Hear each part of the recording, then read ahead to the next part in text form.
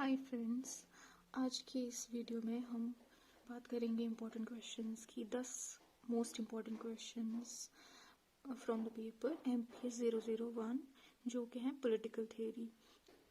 पहला important question topic जिसको कह सकते हैं है पॉलिटिकल थ्योरी, क्योंकि ये पेपर ही बेस्ड है इस टॉपिक पे, तो इसलिए ये मस्ट प्रिपेयर करके जाना है। इसका मीनिंग, कैरेक्टरिस्टिक्स और एवोल्यूशन में क्लासिकल, मॉडर्न और कंटेम्प्रेरी हम पढ़ के जाएंगे, इनके फीचर्स भी।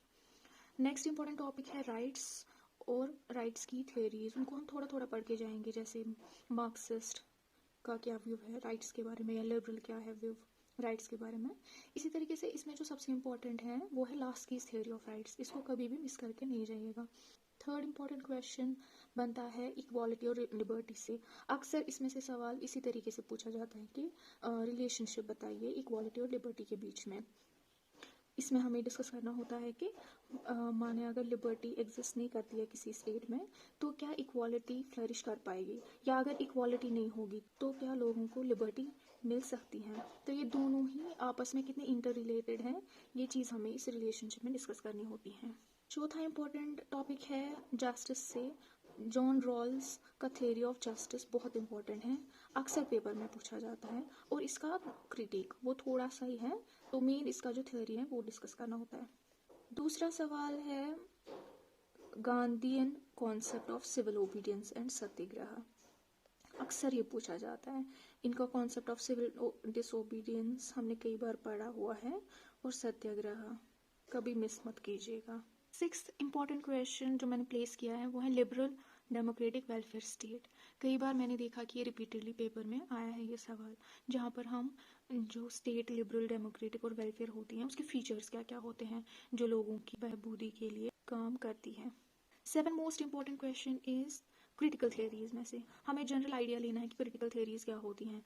यूजुअली क्रिटिकल थियरीज में आती हैं वो थियरीज जिन्होंने पॉलिटिकल साइंस की कोर थियरीज का क्रिटिसिज्म किया, जैसे मार्क्सिस्ट है या फ्रैंकफर्ट स्कूल या इंग्लिश स्कूल।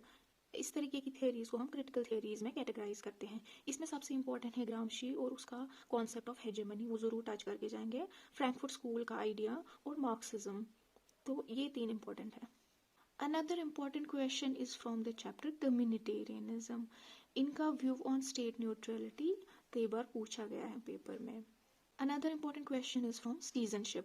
इसके characteristics और criteria for being a citizen and acquiring a citizenship from any state. तो लास्ट में मैंने जो है ये शॉर्ट नोट्स के लिए कुछ टॉपिक्स चूज किए हैं अक्सर जो पूछे जाते हैं।